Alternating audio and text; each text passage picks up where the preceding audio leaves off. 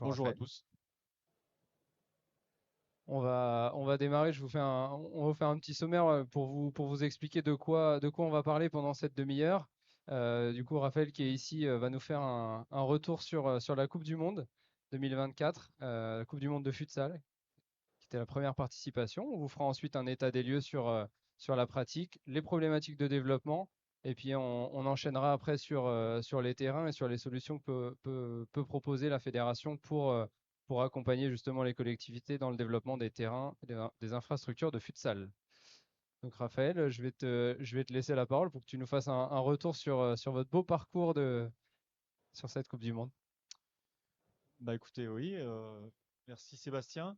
Donc pour la première fois de l'histoire de la fédération et de l'histoire du futsal, on a participé à une Coupe du Monde. Voilà, donc la Coupe du Monde existe depuis plus d'une cinquantaine d'années et on regardait ces événements à la télé. Et donc pour la première fois, on s'est qualifié pour une Coupe du Monde qui s'est déroulée en Ouzbékistan.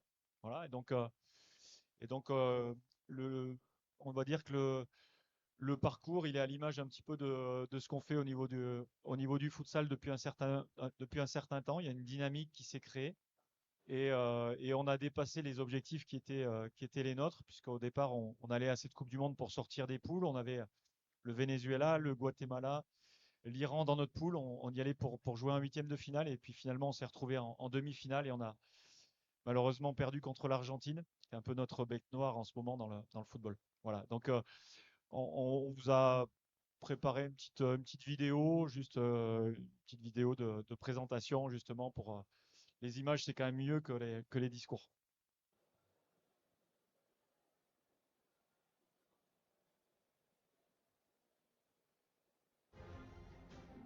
Vous a retenu. La seule chose qu'on vous demande là maintenant, lâchez-vous les. Ça, c'est notre premier match du Guatemala.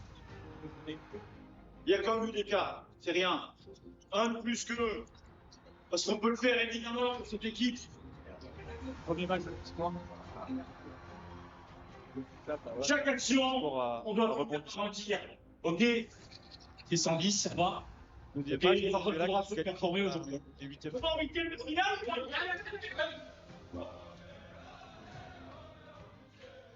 La route, elle est toute droite. On va à Tashkent. Allez, c'est parti. Allez. Un, deux, trois.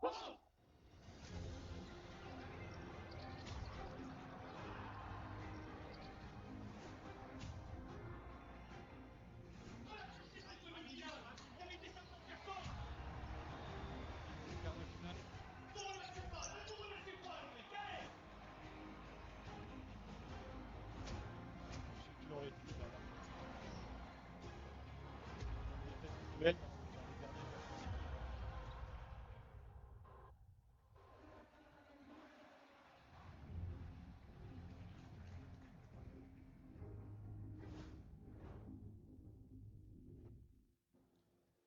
Vas-y. pour le parcours. Bah oui, oui, du coup, avant de partir justement cette première Coupe du Monde, tu t'étais mis en tête déjà d'arriver à faire cette performance là, d'être dans le top 4 mondial pour la première participation. Jusqu'à présent, on regardait la Coupe du Monde à la télé, comme je l'ai dit, hein. Donc, on s'était dit officiellement qu'on voulait sortir des poules. Et puis comme on est des compétiteurs, moi, les joueurs m'ont dit, coach, on y va, on va fermer le gymnase et on sera les derniers à repartir de cette salle. C'était pas loin. C'était pas loin. On a fermé le gymnase, mais on est en quatrième, puisqu'on est resté jusqu'au dernier jour quand même. Et du coup, là, d'où vous étiez, de l'Ouzbékistan, vous avez senti un peu justement une ferveur du côté de la France, du coup, un peu de suivi justement de la part des supporters ou en tout cas des fans de foot pour vous suivre?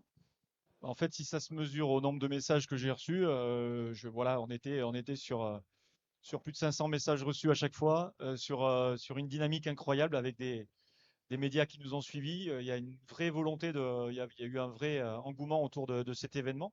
Les scores au niveau de l'équipe étaient très bons également en plein après-midi. Donc ouais, ouais, il y a eu cette dynamique. Et maintenant, la question, c'est qu'est-ce qu'on fait de cette dynamique et de la volonté, enfin en tout cas du plaisir que les gens ont pris et de la volonté de la jeunesse de participer et de pratiquer ce sport-là.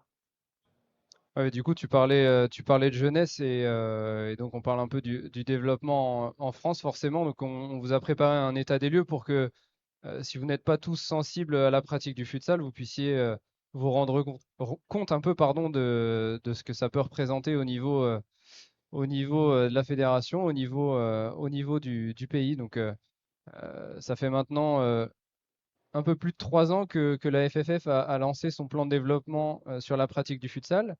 Il est décliné en 100 propositions pour le futsal français. On était, du coup, tu étais au lancement, Raphaël, en compagnie du président de la FFF, à la FFF, pour le lancement de ce plan d'envergure.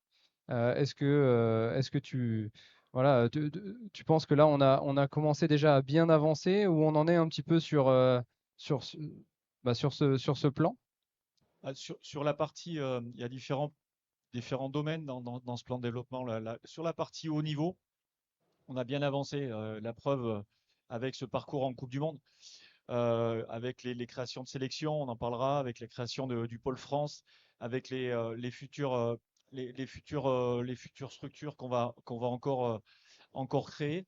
Donc sur cette partie haut niveau, on est en vrai développement. Il y a licence club justement pour les clubs de haut niveau. Voilà. Donc, par contre, sur la partie structuration, encore, on a des progrès à faire. Sur la partie, évidemment, infrastructure, je pense que aujourd'hui, il y a une dynamique, il y a une vraie volonté de la jeunesse de pratiquer. On n'est malheureusement pas en capacité de proposer assez de créneaux partout.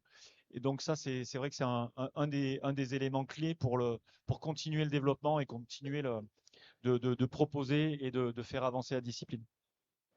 Ouais, on va en parler un petit peu après, cette question des infrastructures et ce pourquoi la FFF est présente aussi aujourd'hui sur ce salon. Quelques chiffres du coup pour que voilà, vous ayez en tête aussi ce que peut représenter le futsal au niveau français. Donc on est à un peu plus de 40 000 licenciés, féminines et masculines et masculins. On augmente d'année en année. Là, on est à plus de 16% par rapport à la saison dernière. On a un peu plus de 1600 clubs futsal, donc on a à peu près moitié-moitié des clubs spécifiques sur la pratique du futsal et aussi des sections futsal qui sont dépendantes de clubs traditionnels. 116 clubs labellisés, on parlait tout à l'heure d'accompagnement à la structuration. Le label, c'est vraiment un outil pour nous de reconnaître vraiment les clubs qui s'impliquent dans une politique de formation des jeunes, les écoles de futsal. Donc, c'est un outil très important. Et puis, on va en parler juste après. C'est vrai que le futsal, le le premier sport pardon, en termes de licenciés au niveau de l'UNSS. Plus de 200 000 licenciés. Et on a aussi une pratique associée que l'on comptabilise chaque saison, qui revient à plus de 150 000 licenciés. Donc, est-ce que, du coup, Raphaël, tu peux nous donner quelques mots par rapport à ça? Quelques éclairages? D'abord, le chiffre des pratiquants UNSS, c'est juste la démonstration que la jeunesse et les jeunes aiment pratiquer ce sport et qu'on n'est pas en capacité aujourd'hui d'accueillir toutes les volontés et toutes les envies qui viennent justement de cette jeunesse. Ensuite, sur la pratique associée, je pense qu'on fait tomber un maximum d'idées reçues liées à la pratique, justement, à la double pratique, que ce soit justement la pratique du football et du futsal, notamment les potentielles blessures ou autres. Et aujourd'hui, le fait que le futsal soit un outil pour développer le footballeur, c'est quelque chose qui est acquis. Maintenant, maintenant voilà, si on comptabilisait l'ensemble de là aujourd'hui, on sera certainement à 50 000 licenciés à la fin de la saison, donc avec une augmentation constante pendant les 10 dernières années de 15-16% chaque saison. Et si on comptabilisait l'ensemble des pratiquants, on serait plus de 200 000. Et donc ça commence à devenir intéressant, mais on n'est pas aujourd'hui en capacité de répondre. Ouais, merci pour ces compléments. Du coup, je vais te laisser aussi parler des sélections nationales. Oui, là on parle du haut niveau. Déjà, la première chose, c'est qu'on vient de créer la sélection féminine, l'équipe de France féminine. Voilà, il y a une vraie volonté des filles de pratiquer le futsal. Voilà, moi, j'oppose certainement pas le foot et le futsal ou d'autres sports. Je pense on est un acteur qui va dynamiser le sport de salle. Et les filles, c'est vraiment voilà, une pratique vers laquelle les filles aiment se tourner. Donc la sélection nationale, l'équipe de France, aujourd'hui a même performé puisqu'on est qualifié pour le Tour Élite et on sera, on va vendre chèrement notre peau sur le prochain tour qui sera organisé en France. Voilà. Et puis après derrière les garçons, on vient de finir la Coupe du Monde, on est sur les qualifs Coupe du Monde. Et ensuite on a trois équipes nationales chez les garçons, les U19, qui participeront aux qualifications du championnat d'Europe. Et les U21 et U23, les U23 viennent de finir une Coupe du Monde universitaire. Ils ont fini troisième à la Coupe du Monde, donc en battant l'Ukraine, ce qu'on n'a pas été capable de faire nous sur la grande Coupe du Monde. Ouais, donc derrière l'équipe de France, là, l'équipe de France A et les résultats qu'on a eu à la Coupe du Monde, on peut être quand même plutôt confiant sur l'avenir des sélections et des prochains résultats.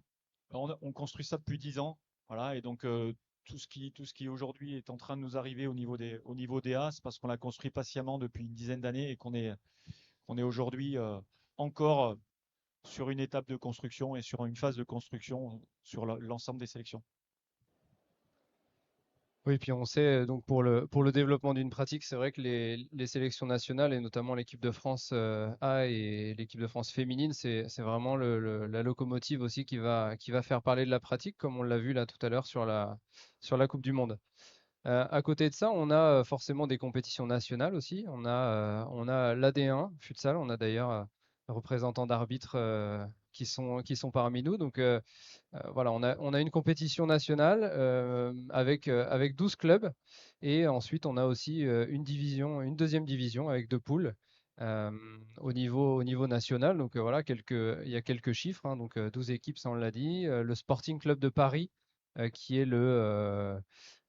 qui est, on va dire, qui a le meilleur palmarès, en tout cas en termes de victoire de ce championnat. Et puis on a l'Étoile Lavalloise cette saison qui performe depuis d'ailleurs deux saisons, puisqu'il a gagné cette année et l'année dernière. Et d'ailleurs, l'Étoile Lavalloise qui est aussi forcément avec le Sporting un pourvoyeur de joueurs pour la sélection nationale, pour l'équipe de France.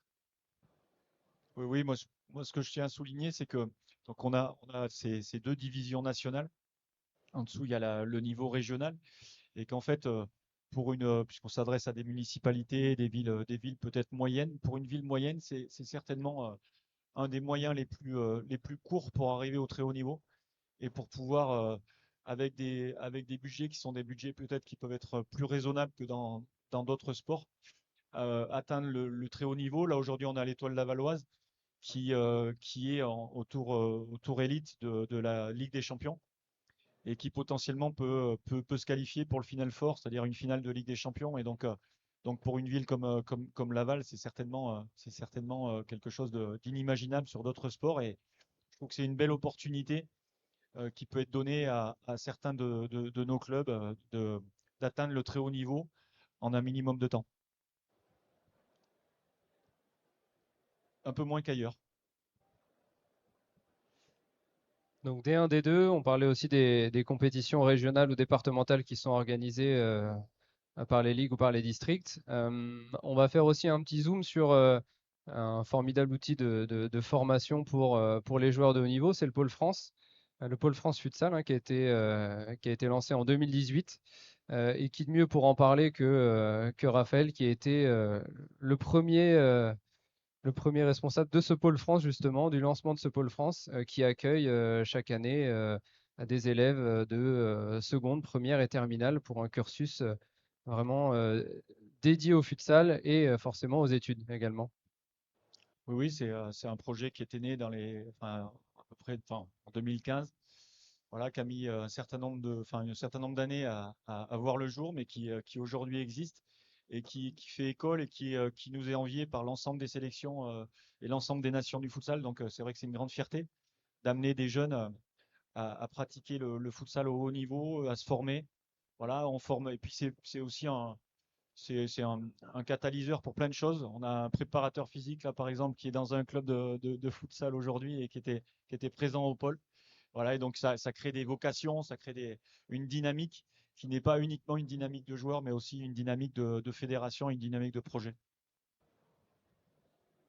Et du coup, peut-être prochainement un autre pôle qui peut voir le jour, un pôle. Le plan de développement Voilà, le dit clairement, il y a un deuxième pôle qui devrait voir le jour la saison prochaine. merci. Du coup, après ça, ben, on va évoquer un point qui nous paraissait intéressant enfin, sur lequel il nous paraissait intéressant d'échanger avec forcément des responsables de collectivités. On est présent sur ce salon avec la FFF pour justement essayer voilà, d'échanger sur ces freins. On en a identifié plusieurs et vous allez le voir tout de suite hein, pour le développement de la pratique. On en a parlé tout à l'heure. Alors, on a fait une étude auprès de nos licenciés, donc c'est vraiment ce qu'on a réussi à ressortir. Le manque de compétition que ce soit au niveau départemental, régional, voire peut-être national, c'est quelque chose sur lequel on travaille et tous les ans, on essaye de mettre en place des nouvelles compétitions pour les jeunes, pour les féminines également. Le deuxième qui est aussi le manque de clubs de proximité. Donc c'est vrai qu'on essaye vraiment aussi d'avoir, on en parlait tout à l'heure, hein, l'accompagnement, la structuration des clubs. Comment est-ce que les clubs traditionnels euh, peuvent lancer des sections futsal dans leur club? On voit qu'il y a certains clubs de Ligue 1, des clubs professionnels qui commencent à se lancer sur la pratique du futsal. Ça va peut-être être un accélérateur aussi pour les années à venir, hein. On a quelques exemples de clubs qui se lancent. On a eu l'OL, on a Strasbourg en D2. Voilà, c'est peut-être ça aussi qui va faire que demain, on aura de plus en plus de clubs qui vont se lancer. Et le troisième point, qui est vraiment un des points les plus importants et sur lequel on essaie vraiment d'avoir une action auprès des collectivités, c'est le manque de terrain disponible, euh, le manque d'installation. On en a parlé rapidement tout à l'heure. On essaie de réfléchir justement et on essaie d'échanger avec vous sur notre stand, sur comment est-ce qu'on peut accompagner les collectivités sur le développement des infrastructures. Et donc, on a une solution, en tout cas on va dire une poche de subvention pour les terrains de futsal et notamment les terrains en extérieur avec trois solutions. Le terrain en futsal synthétique, le terrain en dalle ou le terrain de futsal en résine acrylique. Donc là, c'est vraiment une solution qu'on a voulu pour désengorger les gymnases. On sait qu'il y a une forte concurrence des sports collectifs en gymnase ou d'autres sports même, voilà, tout simplement. Euh, et pour accompagner ce développement, c'est une réponse. C'est peut-être pas l'idéal et on est là pour en parler. Mais on a en tout cas cet éventail de solutions qui peut être accompagné par la FFF, par la NS, pour justement bah, dynamiser, donner un accès au club à une pratique normée, futsal, compétitive, voire loisir. Voilà. Euh, Tu veux compléter en quelques mots là-dessus? Non, mais évidemment, moi, enfin, c'est quelque chose qui doit nous au moins nous interpeller. Et c'est un élément, c'est une option, une solution, notamment pour l'entraînement potentiellement des jeunes. Voilà, et donc c'est vrai que c'est pas la solution idéale, mais après derrière, on peut imaginer y aller par étapes, et notamment construire ces terrains extérieurs qui après derrière pourront être couverts et donc permettre de résoudre la problématique évidemment des intempéries. C'est aussi une solution qui règle, enfin, en tout cas qui est plus adaptée dans certains territoires. On parle évidemment de territoires un petit peu plus favorisés au niveau du climat. Voilà. Euh, maintenant, c'est vrai qu'il y a aussi l'option de, de, de remettre aux normes, notamment la surface des gymnases. Et c'est quelque chose sur lequel on peut avancer. Et je crois que c'est aussi une option qui permet d'arriver avec des arguments quand on est un club au niveau de sa municipalité. Ouais, en effet, c'est une option. Alors, on va en parler euh, sans rentrer vraiment trop dans le détail du cahier des charges FAFA. On est présent sur le stand de la FFF pour en discuter après avec vous si vous le souhaitez. Euh, On a en effet les 3 solutions en extérieur. On a également la solution de rénovation des espaces en intérieur qui est aussi éligible à une demande de subvention FAFA. Donc vous le voyez, on essaye voilà, d'accompagner financièrement le futsal en aidant aussi les collectivités à mettre en place ces projets. On a nos ligues, nos districts de proximité qui sont là aussi pour vous accompagner dans ces démarches.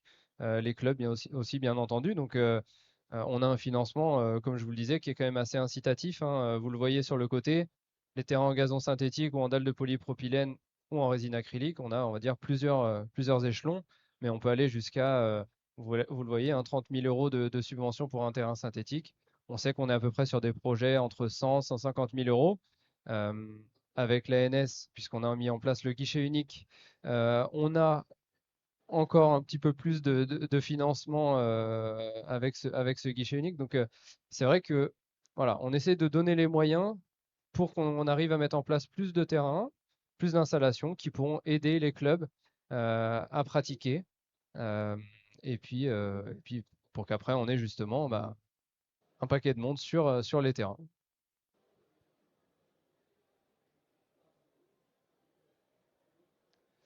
On arrive du coup, on arrive au bout de la présentation. Juste voilà, en 2-3 points peut-être, Raphaël, si tu veux nous dire là quelles sont les prochaines échéances au niveau du futsal. Et puis, Les échéances de haut niveau, l'équipe de France, là, donc merci de continuer de nous suivre et donc l'équipe TV continuera de retransmettre les qualifications du championnat d'Europe qui arrive pour 2016.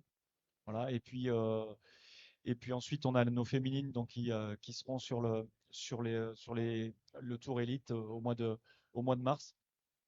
Et on a aussi nos U19 qui seront en qualification pour le championnat d'Europe au mois de mars. Voilà. Puis après, toutes les actions de masse, et notamment le Noël de Noël du futsal qui arrive et qui est une vraie belle action où l'ensemble des petits footballeurs et futsaleurs vont sur un plateau et font la fête.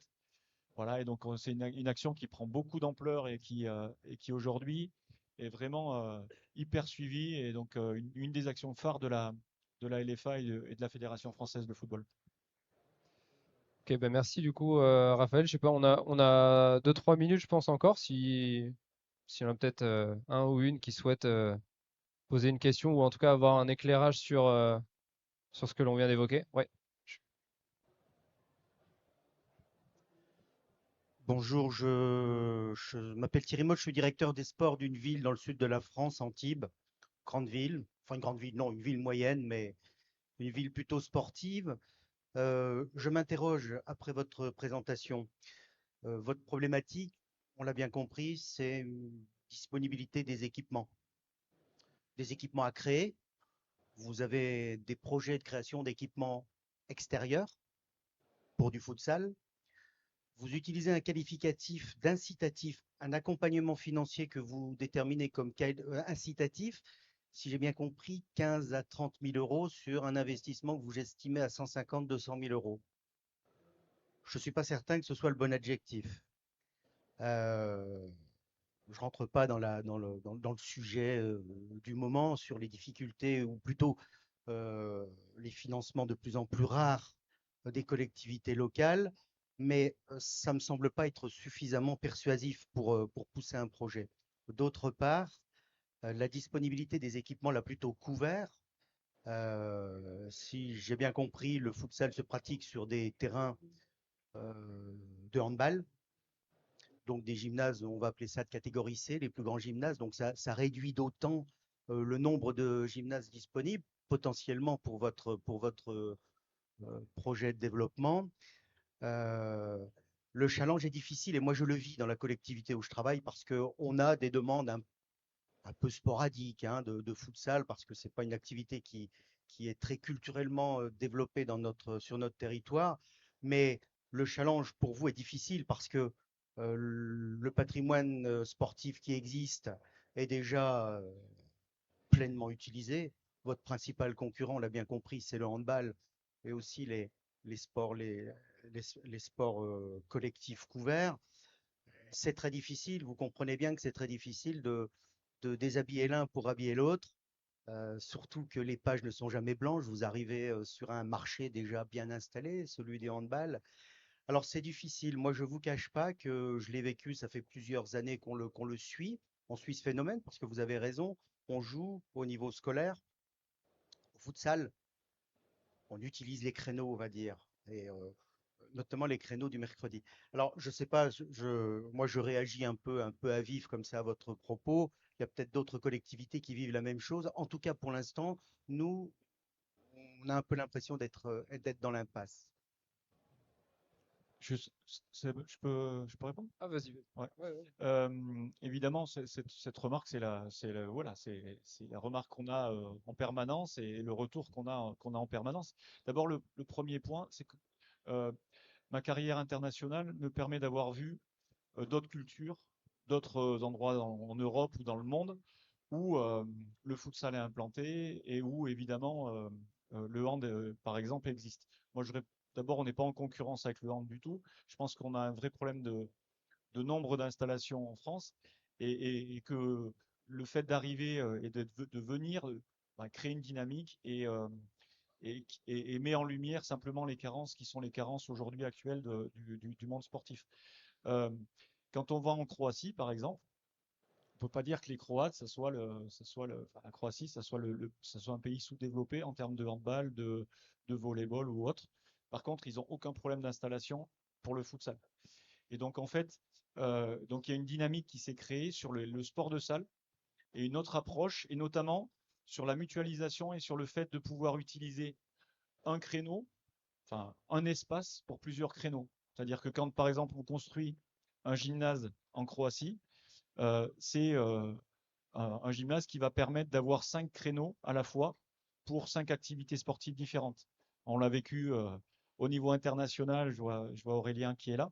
C'est-à-dire que il y a une vision, alors que souvent en France, quand un gymnase est créé, c'est un espace de jeu pour tout le monde. Et donc, du coup, des créneaux qui sont beaucoup moins importants. Voilà. Et donc, en fait, la réflexion, je pense qu'il faut qu'on ait une réflexion qui soit plus une réflexion globale de ce point de vue-là, c'est-à-dire de la mutualisation et l'optimisation des moyens qui sont les nôtres, plutôt que de dire, ben voilà, il y a pas forcément de la place pour tout le monde. Après, le futsal, là où il a été implanté, on a commencé par prendre des créneaux qui n'étaient pas utilisés par les autres. Je parle du dimanche matin. Je vais partir. Tout à l'heure, je parlais avec un dirigeant qui me disait, ben, nous, on a attaqué de 21h à 22h30 le soir, ou de 22h à 23h, et ainsi de suite. Et donc, petit à petit, c'est des choses qui permettent, enfin voilà, c'est des adaptations qui vont permettre aux enfants de jouer, puisque ben, c'est de ça dont il s'agit, hein, c'est-à-dire de répondre à un besoin et une demande d'une partie de notre jeunesse qui a envie de jouer et qui a envie de pratiquer. Voilà. Et donc, en fait, voilà, c'est une réponse sur plusieurs points que je vous apporte. Évidemment, c'est pas la réponse rêvée, c'est pas la, il y a pas de réponse définitive par rapport à ça, mais en tout cas, c'est la mienne. On a une dernière question, mais je pense qu'après, on va devoir laisser la scène. Vous avez parlé d'un club qui joue aujourd'hui les premiers rôles au niveau européen, qui est en D1, Laval. Quel est le budget hein, d'un club comme ça? Parce qu'en fait, le futsal, c'est toujours pas un sport professionnel. Aujourd'hui, ça reste un sport d'amateur. Et donc, quel est le lien entre le professionnalisme et l'amateurisme dans la pratique du futsal? Ah, alors, j'ai pas en tête le budget, mais je pense on est entre 800 et 1 million. Voilà. Et avec des joueurs qui vivent du futsal. Voilà. Qui sont pas professionnels parce que le statut professionnel n'existe pas hein, au niveau mais qui vivent de leur activité. Moi, en équipe de France, les joueurs qui sont avec moi en équipe de France, 95% vivent uniquement du futsal. Voilà, que ce soit à l'étranger ou en France, en tout cas, ils vivent du futsal parce que il y a une économie quand même qui s'est créée. Il y a une vraie dynamique aussi avec les clubs de D1, des difficultés, mais une dynamique à ce niveau-là. Et quand je parlais d'opportunité, c'est une opportunité sportive d'arriver à un bon niveau, de proposer, par exemple, Laval propose un spectacle toutes les 2 semaines, un spectacle et remplit une salle de 3000 places tous les week-ends parce qu'il propose du très haut niveau et donc du coup avec une dynamique collective, une dynamique de municipalité qui est vraiment intéressante pour un budget voilà, qui reste raisonnable à l'échelle du professionnalisme et du niveau auquel ils évoluent. Avec une enceinte dédiée aussi, un gymnase dédié. Ok. Merci en tout cas. Merci à tout le monde. On beaucoup. est Passez une bonne disponible journée. sur le stand de la FFF si vous avez besoin, si vous avez envie d'échanger avec nous. Merci.